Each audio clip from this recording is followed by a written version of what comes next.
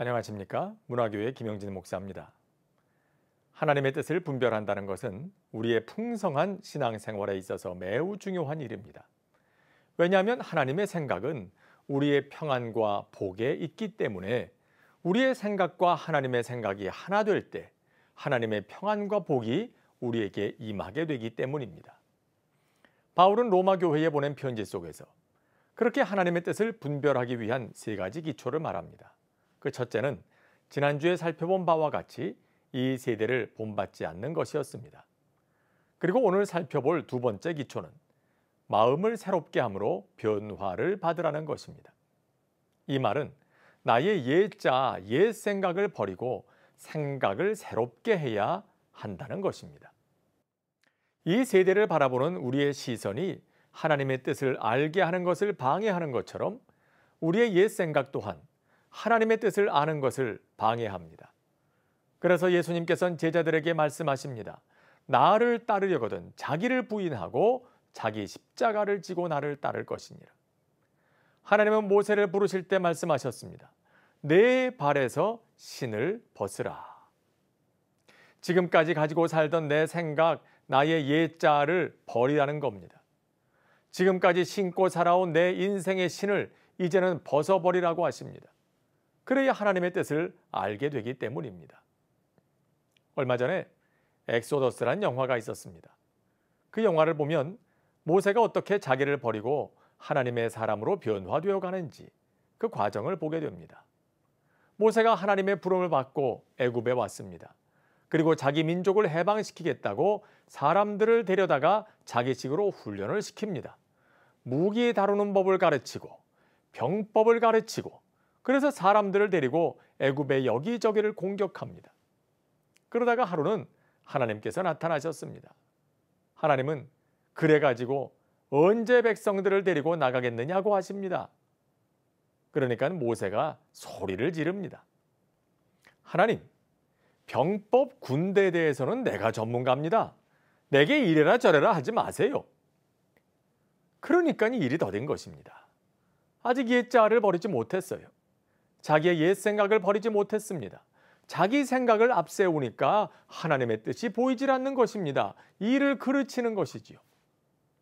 그런데 마지막 장면에 보면 십계명을 새기고 있는 모세와 하나님과의 대화가 나옵니다. 망치와 정을 들고 글자를 새기고 있는 모세에게 하나님께서 말씀하십니다. 가만 보면 너하고 나하고 가끔 생각이 다를 때가 있어. 만일 지금도 그렇다면 망치를 내려놓거라.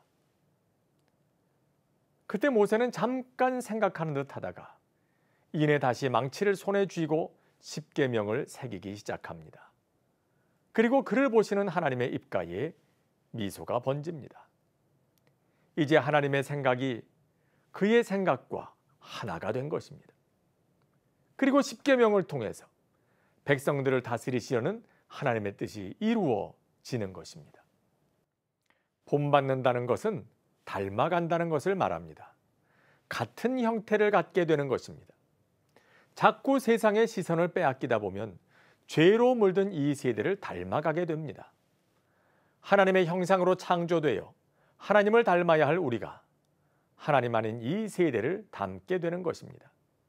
그리스도의 향기가 나야 되는데 세상의 냄새가 나는 것입니다.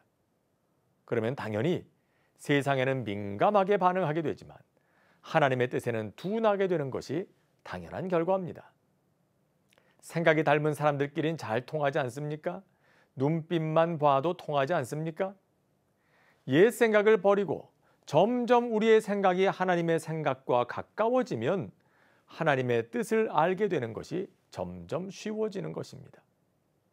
어떻게 옛 생각을 버리고 새로운 마음을 가질 수 있을까요?